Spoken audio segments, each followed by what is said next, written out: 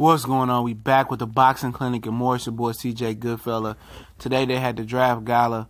I believe it might have been over there in Russia because tomorrow you have the big undisputed clash between cruiserweight undisputed clash between Alexander Usyk and Murat Gasvier. So shout out to all my boxing heads and hardcore fans that's trying to catch that fight as well. I should have a stream tomorrow, so hit me up on social media. The links are in the description on Facebook, Instagram, or Twitter. Or the comment section. I mean, no dice. I don't get a notification for the comment section, all right, if you haven't noticed. But make sure you subscribe, hit the bell icon as well. And, you know, you had two of the three tournaments that's going to be going on. Let me speak about the third tournament. Rumor has it that the World Boxing Super Series tournament, third tournament, will be the Cruiserweight Season 2. So they will do another Cruiserweight tournament. If you're worried about what's going to happen as far as with the champion, it is expected that whoever wins the Cruiserweight tournament in Season 1 will relinquish all the belts. So you might have a lot of vacant title fights in this tournament that we might have coming up in the Cruiserweight season. But these are the two, the Bantamweight and the Jr.Welterweight side of the tournament, all right? This is the Jr.Welterweight side. I know a lot of you guys want to hear that one first. Regis Progress will be taking on Terry Flanagan. He was the #1 seed. But before I continue, Relic and Travansky and Barach and Yaget, both of those were already pre-made in this tournament because they were either mandatory for Travansky taking on Relic, the Super WA champion at 140, or it was for vacant mandatory for Barach and Yaget. Hopefully I'm saying Ivan's name right. It was for vacant, so both of those had to be put in there, okay? And Anthony Yaget is a Katie Sutherland fighter, if you didn't know. But, you know, Progress chose Flanagan, so that left Josh Taylor with Ryan Martin.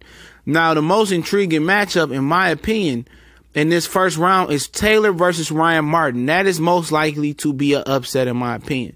That's your most likely upset. Ryan Martin, Taylor got a very, very tough draw. That's a very, very tough draw for Josh Taylor to take on Ryan Martin. Ryan Martin is a very accomplished amateur. Jermaine Taylor dubbed him Kid London because they thought he was going to go to the 2012 London Games and win a gold medal, but it didn't happen.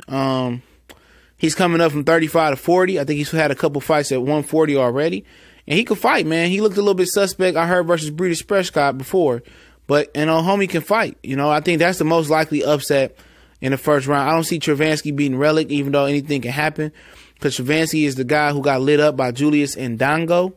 You know, he knocked him out in like 5 or 10 seconds, whatever, one round. Barach and Yaget, and I was not impressed with Yaget. You know, he's an okay fighter. Only name I noticed on there was an older Chop Corley. Shout out to DeMarcus Chop Corley.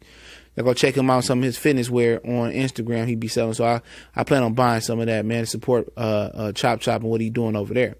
But Barach, hope I'm saying his name right. I ain't really impressed with him neither. He's a Lou DiBella fighter from what I understand, from what the Cali Enigma told me. He throws everything at one speed. When I say he throws everything at 100 miles per hour, no change of speed, he's a wild man, leaves himself open. If you have any boxing ability and any bit of defense, you can make him miss and you can make him pay. He's a walking knockout waiting to happen. So if you get, he seems like he put his hands back home. When you get throw, Yaget got a good habit of putting his hands back and defending really, really well. Other than that, I don't see too much special with him as well. He just looked like a throw-in in the tournament. And Barach, he looked like a throw-in in the tournament. Relic, and Travansky, like I said, Travansky can fight. I mean, I don't know if Travansky can fight because I see him just get iced by Julius Ndango in one punch, but I know Relic can fight. I expect him to win the first round. Terry Flanagan and Regis Progress. Flanagan is coming off a loss to Maurice Hooker, so that'll be interesting to see. But I think Progress wins this first round. I think Relic wins the first round. Like I said, man, Martin and Taylor could be an upset, but I'm going to take Taylor to win. And I'm going to take Barach to beat Yaget, all right? So then you get Taylor and Barach in the second round. You get Progress, and you get Relic in that other round. And most people think that Relic can possibly beat Regis Progress in the second round. And I said, I wouldn't be surprised if he did. That's another upset. But ultimately, you know what, man? I think Progress will make it to the finals. I think Taylor will make it to the finals. It's funny because Taylor got the hard first round matchup, and then Regis will have a hard second round matchup. But like I said, I think Martin can upset him, man. I really do. And I think Relic can upset Regis Progress in that second round.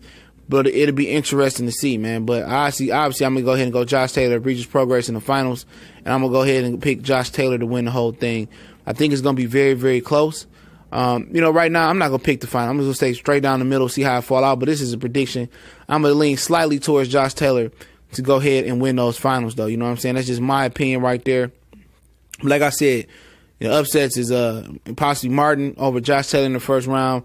Barachi and Yigit, they both on about the same level, in my opinion. I think in the second round it's Relic over Regis Prograis. That's something to look at. That's something as a betting man that I would look on there and say, you know what? I think Relic could beat Regis, and Ryan Martin possibly could beat Josh Taylor. So, like I said, something funky gonna happen in the tournament. Maybe an injury, an upset. It always happens that way. It's always a dark horse, and my dark horse is going to be Relic or Ryan Martin. Whichever one pulls off the upset, and I believe one will. Or it could happen. You know what I'm saying? So it's gonna be a very, very interesting junior welterweight tournament. That's what I call it. It's also known as super lightweight as well. And get that money, man. I know a lot of people waiting to see Regis Prograis. They thought he was gonna run through the tournament, and it created some type of doubt that when Velasco had some success versus him, that he seemed invincible now. He wasn't as invincible as first believed. So now that people think he can lose, it's going to be interesting. Now you got the Bantamweight tournament. Shout out to everybody participating. Ryan Burnett will be he was the number 1 seed. He'll be taking on Nonito Donaire. Most people asking Nonito Donaire make 118 pounds. Tite is taking on the 4-0 Russian guy who had 2 split decisions versus guys from Nicaragua. All right.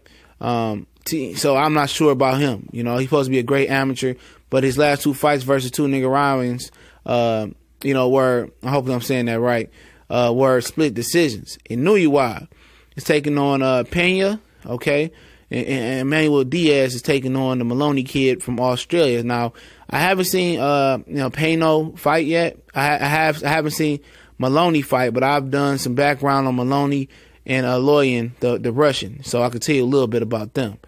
But ultimately, the dude from Belfast is being ranked as number 1 in this tournament. I think Ryan Burnett, and he can fight, man. I like Ryan Burnett as well. Tite, he can fight. A lot of people picking Tite to win the tournament. He's a big, tall bantamweight, 5'10", and just because he got a few losses, it don't mean nothing. It's all about the bounce back. I expect him to clean up in this first round. This is the more intriguing tournament, you know what I'm saying? In my opinion, this is one I'm looking for. It got all the top names. There's only one belt that's missing in this tournament, and that's the WBC belt. And fellow Ohio boxer Rashid Warren will challenge for that WBC belt, and I'll talk about that a little bit later. I forgot who he's fighting, but Emmanuel Rodriguez, that's a good fight. It's a really, really good fight versus Maloney. Maloney is a guy that's just fought in Australia, a lot of knockouts, but Emmanuel Rodriguez, he upset with Paul Smith, and very, very talented guy off the island of Puerto Rico. All right. I think Burnett is going to beat Donaire. I think everybody can agree with that. Can I see Donaire upsetting Burnett? Yeah, because if Donaire can make that weight comfortably enough, and that left hook, that power in that left hook is there, that guy's anybody. Burnett is not a big puncher, but I would take Burnett to win that one. Tite shouldn't struggle with this Aloyan dude. He's 4-0 with 2 split decisions in a professional contest. I don't care what he did in the amateurs. Tite should easily breeze through him. Should be no upset, all right? Unless somebody's sick or something to get injured. So that would set up Burnett and Tite in that bracket. Inoue, like I said, I don't know a lot about Piano, but I just know Inoue is a dog moving up. I like Inoue to move on, and Inoue got a nice little hardcore fan base in the box community, and I know a few guys that can attest to that, as well. I've been a big Inoue fan for a minute now. All right, Emmanuel Rodriguez versus Maloney. I'm just look at it as far as Maloney. Just looking here, I'm looking at Maloney just continue to fight in Australia. That's where he's from. He ain't been fighting the level of competition that he should be, or what Emmanuel Rodriguez did in his last fight. So I got Rodriguez. But remember, this is just me doing an overall prediction, fight by fight. After I actually break down each fight and all the footage. This is a disclaimer. This shit can change. All right, I'm just letting you know right now. My opinion can change on the time I break down film. I haven't really broke down film on everybody. I'm getting to it. Not that much time in the day. All right. So as these fights materialize, which is September, November-ish, or October, September-ish, or October, November-ish, I think it's October, November is going to start, or whatever it may be, right in that fall season. I'll be able to give you more accurate predictions and better breakdown predictions, which I will do that. And also, this is on the Zone. So in the United States, you know, they picked up this for the Zone. If you're interested in that venture, $10 a month on the app. So we got Burnett versus Tite. I'm gonna take Tite in that one. Frank Warren, I think, versus Eddie Hearn. I think Tite is the WBO champion. Burnett is a Super WBA champion. So Tite is gonna be able to unify championship belts right there. Okay, Inoue and Emmanuel Rodriguez, that's regular WBA champion. Emmanuel Rodriguez is IBF. So, you know, if Inoue win, lose, or draw, that WBA regular championship just goes back, you know, up for vacant because he's a real world champion. You can't unify that belt. But I think Emmanuel Rodriguez can get Inoue. You know, that could be a possibility. But you know what? I'm gonna take Inoue to defeat Emmanuel Rodriguez, which sets up an Inoue versus Tite finals. And before I get to talking about that as well, you know, the upsets I can see Emmanuel Rodriguez upsetting Inoue. I can see Burnett and Tite. Yeah, that can go either way. Burnett is a good fighter, but I'm just siding with Tite just off. You know, I told you about the disclaimer already. But in the first round, the most likely upset that you can see in the first round, to be honest, it probably could be Maloney beating Rodriguez or Donaire beating Burnett. To be honest. I don't know a lot about Piano. I don't know a lot about him. So, you know, that's probably the most likely. But ultimately, I'm going to pick Inoue to win this tournament and do his Thug Thizzle and win it all. I think it's going to be a tough ride. I think Tite could get him. But Inoue got some size to match Tite's size as well. So it's be a great tournament. I think this is one of the things that I'm so hyped about in boxing. This Bantamweight tournament in particular, I think is going to be heat. And I will find a way to watch it. But there's the Boxing Clinic and more.